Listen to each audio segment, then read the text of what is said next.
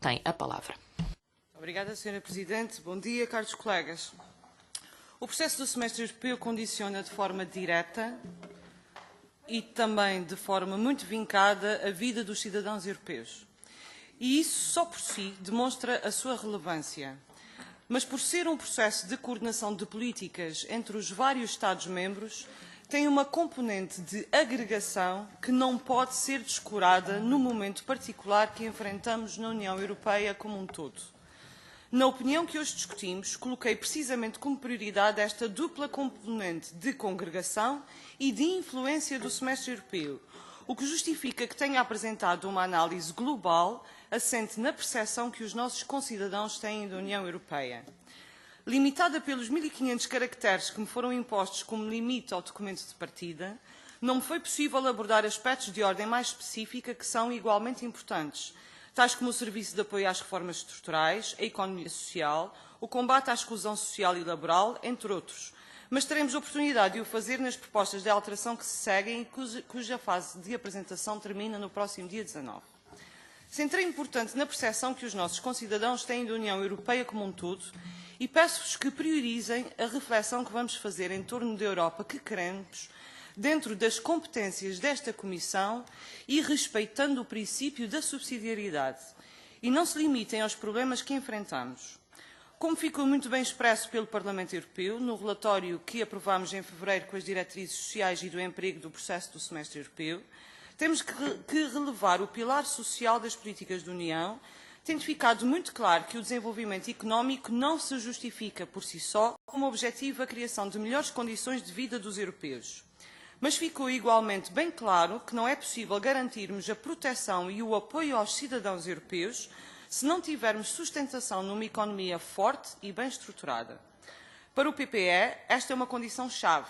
As dimensões económica e social são, acima de tudo, complementares e não se podem dissociar.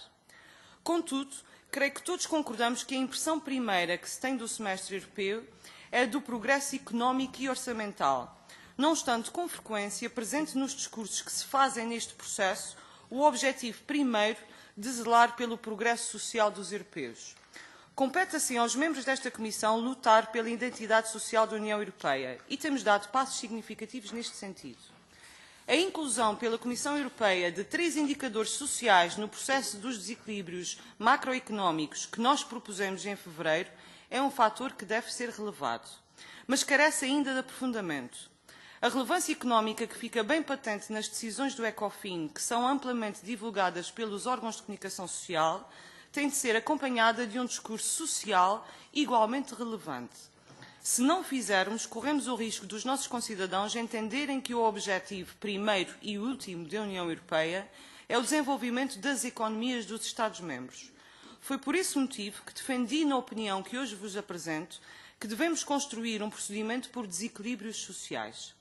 Entendo que este deve ser um objetivo comum desta Câmara e, para que seja efetivo, deve assumir um caráter global, não podendo ficar reduzido à discussão de aspectos sociais parciais e descontextualizados do mundo global em que vivemos, nem dar aso a oportunismos político-partidários e a discursos descontextualizados e oportunistas.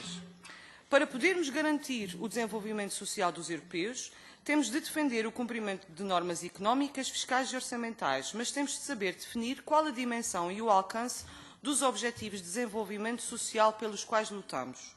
Apelo, por isso, a que façam um esforço para podermos apresentar de forma clara à Comissão Europeia e ao Conselho este equilíbrio entre os pilares social e económico do semestre europeu, que só pode coexistir se garantirmos que o resultado da análise do semestre europeu tem consequências de ordem social. Isso implica a criação de mecanismos de avaliação do progresso social da União, que deve ser suportado por uma maior relevância da ação do Conselho EPSCON dos Assuntos Sociais e do Emprego.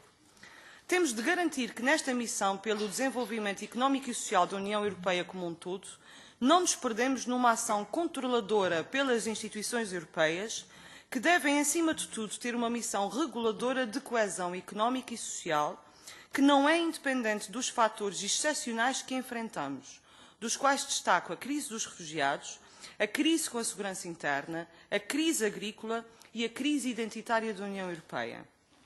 Para além do grau com que atingimos os nossos objetivos de coesão económica e social, temos de saber analisar a evolução que está a ser feita e o grau de esforço dos Estados-membros, num contexto muito particular em que enfrentamos desafios excepcionais. Por este motivo, propus que neste ano de 2016 não se apliquem quaisquer sanções aos Estados-membros, em que não atingiram os objetivos do Pacto de Estabilidade e Crescimento, mas que sejamos, antes, capazes de aferir de que forma é que estão a cumprir com estas mesmas normas de acordo com o que prevê o Tratado da União Europeia. Para finalizar, não faz sentido que este princípio de reforço da dimensão social da União Europeia seja limitado por normas procedimentais, pelo que vos peço que suportem a defesa de que o nosso parecer esteja em pé de igualdade com o da Comissão ECON. O equilíbrio entre as dimensões económica e social deve ser acompanhado pela paridade na ação das Comissões de Emprego e dos Assuntos Económicos e não podemos persistir num mecanismo em que a nossa Comissão emita apenas uma opinião sobre a análise do processo de condução do semestre europeu, que ficará dependente da avaliação que venha a ser feita pela Comissão da ECON.